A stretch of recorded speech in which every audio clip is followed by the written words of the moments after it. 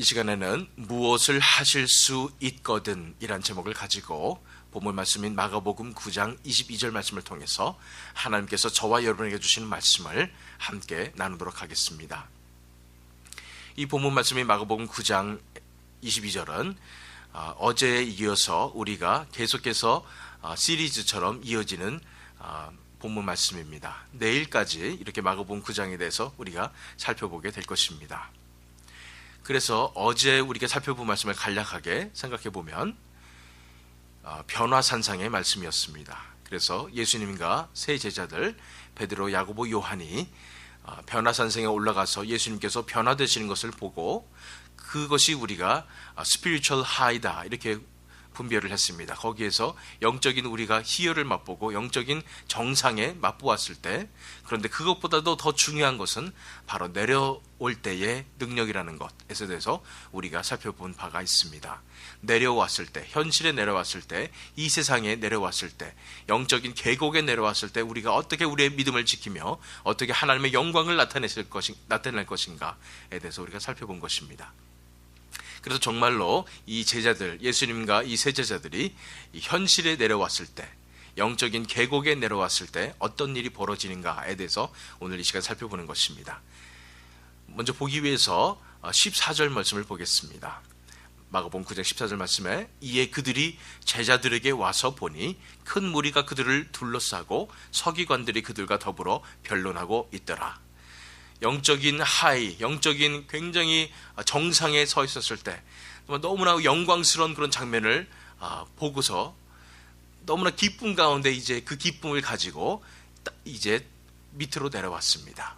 세상으로 내려왔더니 첫 번째 보이는 장면이 큰 무리가 남아있던 제자들을 둘러싸고 있었고 서기관들이 변론하고 있는 장면, 다시 말해서 제자들이 굉장히 곤경에 처해 있는 그런 장면을 보게 된 것입니다. 어떻게 된 것일까요? 18절 말씀을 보니까 어떤 아버지가 한 아이를 데리고 와서 이제 고쳐달라고 했던 장면입니다. 그러면서 그 아이에 대해서 설명하는 거예요.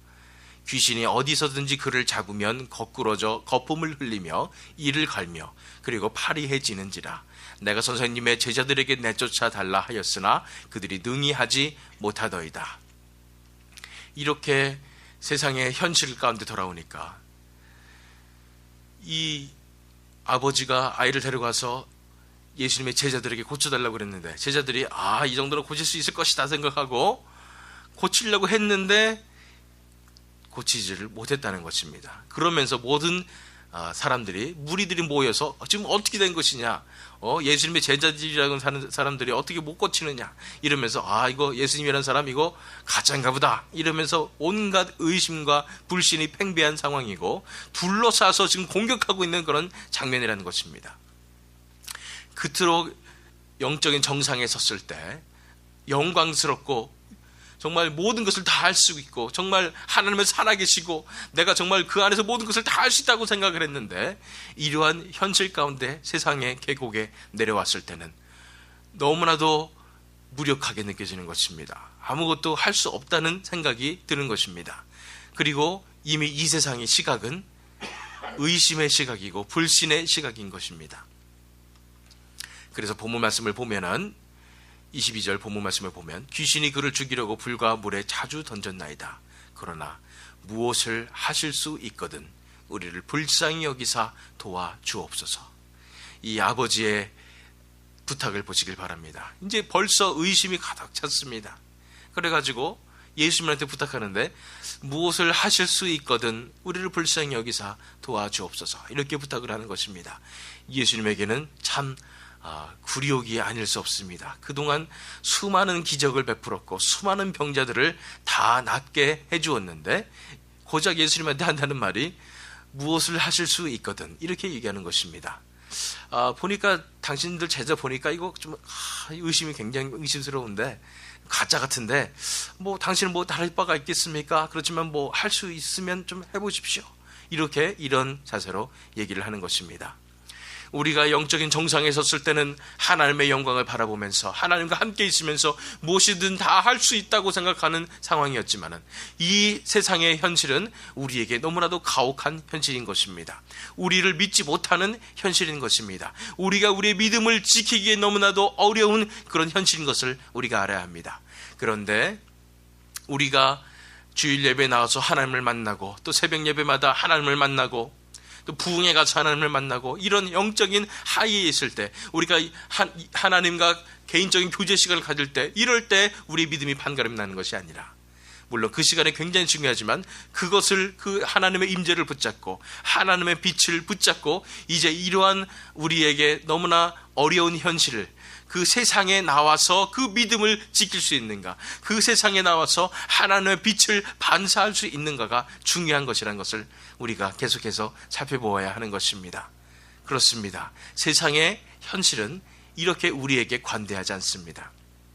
세상은 불신과 의심으로 가득 차 있습니다. 왜 그럴까요? 에베소서 2장 2절 말씀 읽겠습니다. 그때에 너희는 그 가운데서 행하여 이 세상 풍조를 따르고 공중의 권세 잡은 자를 따랐으니 곧 지금 불순종의 아들들 가운데서 역사하는 영이라. 우리가 전에는 우리가 이런 세상을 따랐다는 것입니다. 세상 풍조를 따랐다는 것인데 왜 그러냐면은 공중의 권세 잡은 자를 따랐다는 것입니다. 이 공중의 권세 잡은 자를 사탄을 얘기합니다. 다시 말해서 이 세상의 관점과 이 세상의 사고방식과 이 세상을 생각하는 모든 것들을 이끄는 것이 바로 이런 공중의 권세 잡은 자, 다시 말하면 사탄이 주관하고 있다는 것입니다. 사탄이 지금 영적인 눈을 다 가리워서 신은 없다, 하나님은 없다 이러면서 이 세상의 사고방식을 지금 주관하고 있다는 것입니다. 그렇기 때문에 이 세상의 사고방식에 휩싸인 사람들, 영적으로 눈이 가리워진 사람들에게는 정말로 하나님을 의심할 수밖에 없고 불신할 수밖에 없는 그런 환경이라는 것입니다. 그래서 크리스찬들이 이 세상의 현실에 살면서 세상의 계곡 가운데 살면서 믿음을 지키기란 너무나 힘듭니다. 하나님의 빛을 바라기는커녕 우리가 너희 빛을 세상의 빛이라는 그런 말씀을 하셨는데 빛을 비치기는커녕 우리의 믿음조차도 지키기 힘든 그런 상황이 되었다는 것입니다. 왜냐하면 세상은 전부 다 하나님과 반대되어서 가고 있기 때문입니다. 마귀가 주관하고 있기 때문에 세상의 사고방식은 도저히 하나님을 믿을 수 있는 그런 사고방식이 아니기 때문입니다. 그런데 우리가 이러한 세상의 계곡, 그러한 어려운 현실 가운데서 우리의 믿음을 지킬 수 있느냐, 이렇게 계속해서 예수님께서 물어보시는 것입니다. 요한복음 15장 18절 19절 말씀 읽겠습니다. 세상이 너희를 미워하면 너희보다 먼저 나를 미워한 줄을 알라. 너희가 세상에 속하였으면 세상이 자기의 것을 자랑할 것이나 너희는 세상에 속한 자가 아니요 도리어 내가 너희를 세상에서 택하였기 때문에 세상이 너희를 미워하느니라. 여기서 정답이 나오는 것입니다. 공중의 권세 잡은 자가 이 세상의 관점을 주관하고 있고 또 이 세상 사람들을 영적으로 잘못된 길로 이끌고 있기 때문에 당연히 우리 크리스찬들이 세상에서 살아갈 때는 세상이 우리에게 잘해줄 수가 없다는 것입니다. 세상에서 우리가 환영을 받을 수가 없다는 것입니다. 세상이 너를 미워하면 너희보다 먼저 나를 미워한 줄을 알라. 마귀가 예수님을 미워하는 만큼 우리가 예수님을 따라가기 때문에 세상이 우리에게 그렇게 박대할 수밖에 없고 핍박할 수밖에 없다는 것입니다. 그렇기 때문에 우리가 세상 가운데서 믿음을 지키고 뿐 아니라 하나님의 영광을 드러내는 것, 이것이야말로 진정한 우리의 믿음의 시험입니다. 우리가 교회에 나와서 하나님을 만나고 새벽 예배 드리고 또 새벽 기도 드리고 이런 것은 정말로 하나님의 축복입니다. 그 속에서 우리가 하나님을 만날 수 있기 때문입니다. 그러나 거기에서 우리의 믿음의 시험이 좌우되는 것이 아니라 우리가 이 믿음을 가지고 세상에 나갔을 때 얼마나 그것을 지킬 수 있느냐, 또한 하나님의 영광을 드러낼 수 있느냐, 이런 것이 달린다는 것입니다. 그럼 어떻게 우리가 세상 가운데서 이러한 믿음을 지킬 수 있을까요? 이 믿음의 시험에서 승리할 수 있을까요? 세상은 우리를 넘어뜨리려고 하고 우리에게 의심을 주고 정말 세상 것이 맞다고 이렇게 얘기를 하고 모든 사람들이 다 세상이 옳다고 하는 그런 환경 속에서 어떻게 우리가 믿음을 지킬 수 있을까요? 우리가 말하지 않습니까? 네 사람이 있는데 한 사람만 진리를 얘기하고 세 사람이 다 모르고 있다면은 그 아는 한 사람만 바보가 되는 것입니다. 그 사람이 틀린 게 되는 것입니다. 서울 안 가본 사람들 가운데 있어서 서울 가본 사람들이 아무리 얘기를 해도 서울 안 가본 사람들이 얘기하는 서울이 더 맞는 것처럼 되는 것이 세상의 현실이듯이, 이 세상에서 세상 사람들이 너무나 많은 사람들이 하나님이 없다고 그러고 지금 크리스찬의 길이 잘못된 길이라고 얘기하기 때문에 오히려 우리 마음 가운데 의심이 생기고 불신이 생기는 것입니다. 이 가운데서 어떻게 우리가 믿음을 지키며 하나님의 영광을 나타낼 수 있을까요? 디모데후서 3장 12절에서 14절 말씀을 읽겠습니다. 무릇 그리스도 예수 안에서 경건하게 살고자 하는 자는 박해를 받으리라. 악한 사람들과 속이는 자들은 더욱 악하여져서 속이기도 하고 속기도 하나니 그러나 너는 배우고 확신한 일에 거하라. 이렇게 사도 바울이 디모데에게 말씀하시는 것을 보게 됩니다. 우리가 먼저 인정해야 될 것은 무릇 그리스도 예수 안에서 경건하게 살고자 하는 자는 박해를 받으리라. 세상에 박해를 받게 되어 있다는 것입니다. 세상이 우리에게 관대하지 않다는 것입니다. 세상이 우리에게 녹록지 않다는 것입니다. 더 나아가서 우리를 핍박할 수도 있고 우리를 놀릴 수 있고 조롱할 수도 있다는 것입니다. 이렇게 살아서 어떻게 살겠니? 세상이 말한 대로 그대로 살아야지. 이렇게 얘기할 것이라는 것입니다. 예수님께서 조롱을 당하셨듯이, 예수님께서 침뱉음을 받으셨듯이 우리도 이 세상에서 경건하게 살고자 할 때, 거룩하게 살고자 할 때, 예수님을 따라 살고자 할 때 이러한 박해를 받게 된다는 것입니다. 그런데 우리가 이겨낼 수 있는 방법을 마지막에 말씀하시는 것입니다. 그러나 너는 배우고 확신한 일에 거하라. 배우고 확신한 일은 무엇입니까? 사도 바울이 가르쳤던 복음의 말씀을 얘기하는 것입니다. 그 십자가의 복음에 거하라는 것입니다. 그 말씀 안에 거하라는 것입니다. 배운 것을, 지금까지 내가 경험하고 배우고 하나님을 만난 그것을 기억하라는 것입니다. 그렇습니다. 우리가 세상의 현실 가운데 파묻혀 있을 때에, 세상의 시각 가운데 파묻혀 있을 때, 불신과 의심 가운데 우리가 파묻혀 있을 때 우리가 생각해야 될 것은 하나님을 기억하는 것입니다. 우리가 어떻게 하나님을 만났는가, 그 복음이 어떻게 되었는가. 목에 칼이 들어와도 나는 이 복음이 나에게 진리로 역사했음을 인정해야 하는 것입니다. 그 순간에 우리가 해야 될 것은 기억하는 것입니다. 하나님을 기억하는 것입니다. 다시 말해서 구체적으로 얘기하면은 우리가 영적인 정상에 있을 때, 그곳에서 하나님을 배웠을 때, 우리가 예배 가운데 하나님을 배웠을 때, 우리가 새벽마다 하나님을 만나는 그 순간을 우리가 기억해야 된다는 것입니다. 그렇습니다. 변화산상을 기억하는 것이 우리에게 필요한 것입니다. 그런 세상의 현실 가운데 있을 때, 영적인 계곡 가운데 있을 때 우리는 영적인 정상을 기억해야 됩니다. 그러한 놀라운 스피리추얼 하이를 기억해야 되는 것입니다. 마가복음 9장 2절에서 4절 말씀 다시 한번 보겠습니다. 어제 본 말씀입니다. 엿새 후에 예수께서 베드로와 야고보와 요한을 데리시고 따로 높은 산에 올라가셨더니 그들 앞에서 변형되사 그곳이 광채가 나며 세상에서 빨래하는 자가 그렇게 희게 할 수 없을 만큼 매우 희어졌더라. 이 엘리야가 모세와 함께 그들에게 나타나 예수와 더불어 말하거늘 그랬습니다. 예수님의 이 모습을 보십시오. 영광스럽게 변화되신 변화산상에서의 그 영광의 예수님의 모습을 보시길 바랍니다. 그 예수님을 우리도 바라보았습니다. 그 예수님을 우리도 만났습니다. 우리가 영적인 정상에 섰을 때 그 어떤 의심도 할 수 없는 그런 놀라운 하나님의 영광을 우리가 바라본 것입니다. 우리가 세상의 계곡 가운데 있을 때, 세상의 의심 가운데, 불신 가운데 쌓여있을 때 어떻게 우리의 믿음을 지킵니까? 이 하나님의 영광을 기억하십시오. 이 하나님의 영광을 바라보십시오. 하나님께서 살아계심을 우리 마음 가운데, 그 하나님의 영광을 바라본 그 기억을 우리가 되살리게 될 때에 그것을 붙잡고, 그 어떤 세상에서 불신이 있더라도, 의심이 있더라도, 어떠한 공격이 있더라도, 박해가 있더라도, 핍박이 있더라도 우리는 우리 믿음을 지키며 하나님의 영광을 드러내는 그런 삶을 살 수가 있을 줄 믿습니다. 마가복음 9장 23절 24절 말씀입니다. 바로 본문의 바로 다음 말씀입니다.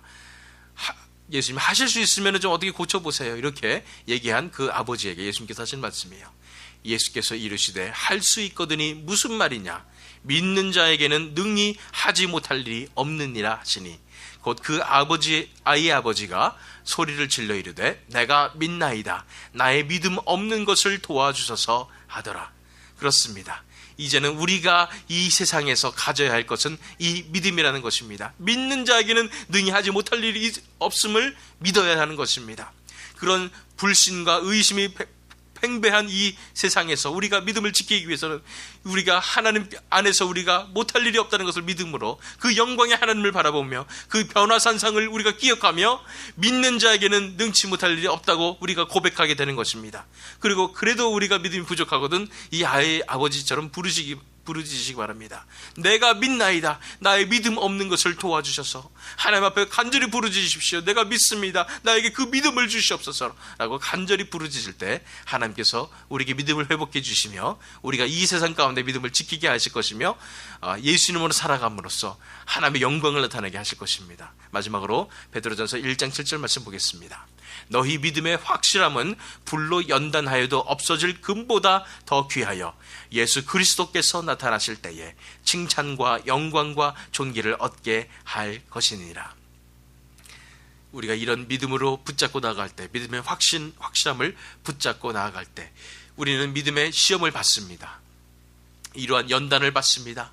또한 우리가 핍박도 받는 것입니다. 세상의 그 불신 가운데서 우리가 지키는 이 믿음은 얼마나 확실하게 되냐면 불로 연단하여도 없어질 금보다 더 귀한 믿음으로 우리가 갖게 될 것입니다. 이 세상의 그 어떤 현실과도 그 속에서도 지켜낼 수 있는 그 믿음을 갖게 될 것입니다. 불로 연단하는 그런 금보다도 더 귀한 그런 믿음으로 우리에게 하나님께서 인쳐 주실 것입니다. 그러므로 우리가 이러한 세상의 불신 가운데 있을 때, 의심 가운데 있을 때, 세상의 사고방식을 다 반대 방향으로 가라고 얘기하고 있을 때 우리가 하나님만을 바라봄으로, 하나님의 영광을 바라봄으로, 변화산상을 기억함으로, 우리의 영적인 그런 정상을 기억함으로, 또한 우리 하나님께 믿음을 구함으로, 그 믿음의 시험을 받아서 이겨냄으로, 진정한 확실한 믿음으로 말미암아 우리가 이 세상 가운데 하나님의 영광을 드러내며 물을 거슬러가는 연어처럼 강하게 하나님의 주시는 그런 능력을 가지고 이 세상을 거슬러 나가는, 그래서 하나님의 영광을 드러내시는 저와 여러분이 되시기를 예수 그리스도의 이름으로 축원합니다. 이 시간에 우리가 기도하실 때에 이러한 믿음을 주시옵소서. 이 세상을 거스를 수 있는 진정한 믿음, 믿음의 확실함을 주시옵소서. 불로 연단하여도 없어질 금보다 더 귀한 그 믿음을 우리에게 주시옵소서. 기억하게 하여 주시옵소서. 우리가 하나님을 만나는 이 순간만 하나님을 기억하는 것이 아니라 이 하나님의 빛을 품고 세상에 나가서 그 빛을 세상에 나타낼 수 있는 우리가 되도록 우리를 붙잡아 주시옵소서. 우리 믿음을 더하여 주시옵소서. 이 시간 하나님 앞에 내려놓고 기도하는 시간 갖도록 하겠습니다. 다 함께 기도하시겠습니다.